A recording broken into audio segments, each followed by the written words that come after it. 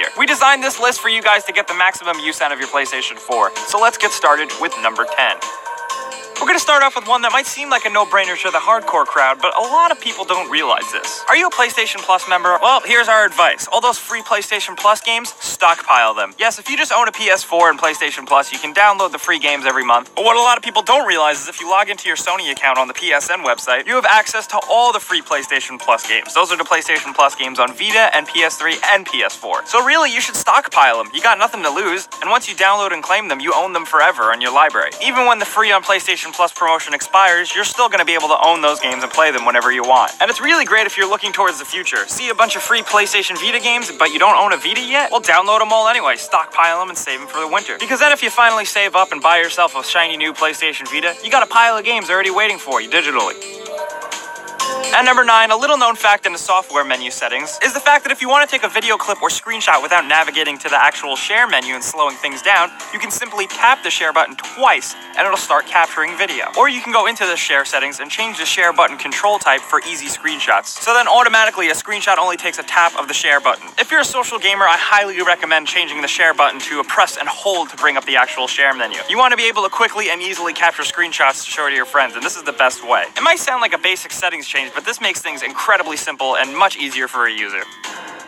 At number 8, did you know you could use a PlayStation Vita as an extra DualShock controller for the PS4? Well, now you know. Yeah, the Vita has a lot of tricks that work with the PlayStation 4, like second screen and all that jazz. But if you're in a bind and you have somebody else that wants to play couch co-op with you, and you don't have an extra DualShock 4 controller because they're so damn expensive, use your Vita. A lot of you guys probably know that you can use Remote Play to beam the game that's playing on the PS4 onto the PlayStation Vita. The only problem with that is that you have to use the same PSN account on the Vita as the PlayStation 4. However, that can be easily surpassed by using Remote Play and then take over the session, and then with the controller, you sign in as a guest or another profile. And then boom, there you go. You and a friend can play co-op on PlayStation 4. Sure, the Vita controller takes a little getting used to, but you'll figure it out. Hey, it's a cheap, easy, and quick solution.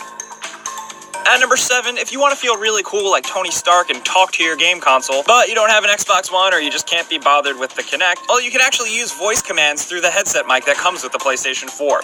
Yes, the PlayStation 4 does have voice commands that work with the PlayStation camera. That being said, not a lot of people bought the PlayStation camera, so you can use voice controls through the included headset. There's a tiny little microphone tucked away on the volume slider on the little headset. So when it's plugged into the controller and when you enable voice controls in the PlayStation settings, all you have to do is say PlayStation followed by any command. The commands are pretty basic, but they do work fairly decently. You can say the name of a game, start game, open up Music Unlimited, access your library, bring up the internet browser. It's pretty nifty, and it works, I'd say, 85% of the time, which is pretty good for voice controls. It's a small little known feature that might make your gaming life a little bit easier.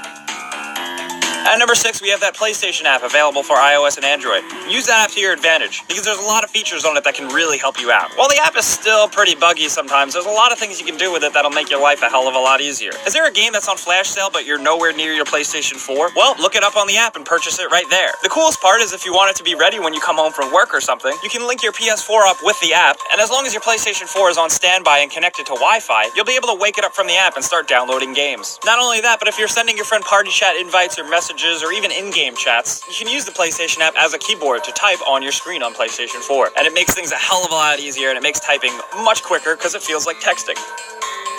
And at number 5, we have another one that a lot of people have missed, even though it's so simple. I'm even stupid enough that I didn't realize this until probably a year after owning a PlayStation 4. You can use a phone charger to charge your controller, you idiot. Yes, I know a lot of you guys will probably make fun of people who didn't know in the comments, including myself, but for a while I had that short PlayStation 4 cable, meaning I had to be so close to my console in order to charge my controller and play at the same time. Of course, you can charge your controller over standby mode via the PS4, but sometimes that's not enough. If you have an Android phone with a micro USB charger, you can just plug in your controller and charge it next to you while you play it. Make your life 10 times easier. Yes, that is probably one of the more simple life hacks we've ever put on a list, but seriously, some people don't realize this. We actually saw a lot of people on forums and Reddit who had no idea and were pleasantly surprised. So there. And at number 4 on our list, we have a real hack. Do you want to hack your PS4 and play pirated games for practically nothing? Well, move to Brazil. Yes, Brazil is legendary for its blatant piracy, with over 50% of all software licenses in Brazil not being original or legit. Yes, apparently there are retail stores in Brazil offering customers who buy PS4s to install 10 pirated games on their PS4 for about $100. That being said, that is a pretty high price in Brazil, but you're getting a bunch of games, and they're technically free. Of course, we're not condoning piracy, but if you're one of those crazy people that want your games hacked onto your PS4, and if you want to maximize the use of your hardware and you don't care of having some Brazilian guy open it up and alter it, well, then the possibilities are endless. Just be sure not to update your console firmware, because you know Sony is probably right on hackers' heels. At number 3, guys, listen, we are players of video games in the 21st century. It's 2015 now, and games need constant updates and patches, and it's awful and terrible and annoying. That being said, with this newer generation of consoles, you can make your life 10 times easier. Setting up automatic downloads will save your life. When you go into settings and switch on automatic update, your PS4 system searches for game updates, system updates, and content. And if you guys own a PS4, you know there's always something to download, whether it's a game update, a software update, a patch, anything. So if you're not too concerned about bandwidth or using power, definitely leave your PlayStation on standby with this setting enabled, because stuff will download while you sleep like an angel. Then when you actually go to play a game, you don't have to wait and sit there while something downloads or installs, because it's already been done for you, whether you like it or not, without you even realizing. Again, this seems like an obvious one, but some people out there just don't know this shit. At number 2, take advantage of this cool trick. Certain new TVs have a setting called HDMI device link. The newer Sony Bravia model TVs do have this, and certain Samsung ones do too, I believe. If your TV does have this feature, go onto your PS4, go to your console settings, and switch on Enable HDMI device link. Your newer TV will recognize this and display PlayStation 4 in the input source list. And this will mean you can do a couple cool things with your TV and your console. It's almost like they coexist a little bit better now, because if your TV and your PS4 are both on standby, you can hit your controller's PlayStation button to turn on the console, and it'll also turn on the TV. And then on the other hand, if you're using the TV to watch television or something, switching the input to the PlayStation 4 input will wake the PlayStation 4 up from standby mode. I don't know about you, but while that only seems like it's just saving 5 seconds of turning on the power button, it's a pretty badass feature. To have your TV and your PlayStation 4 talk to each other is pretty nice, and it almost feels a bit like a PC. So HDMI device link, look it up. If you got it, use that feature.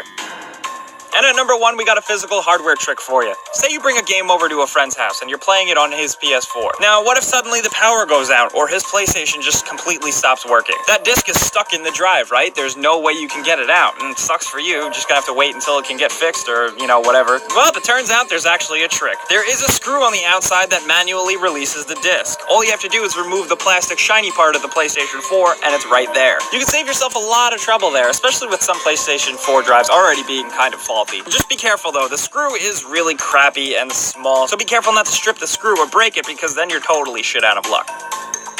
So there you have it, guys. Those were 10 PS4 hacks/tricks that some of you probably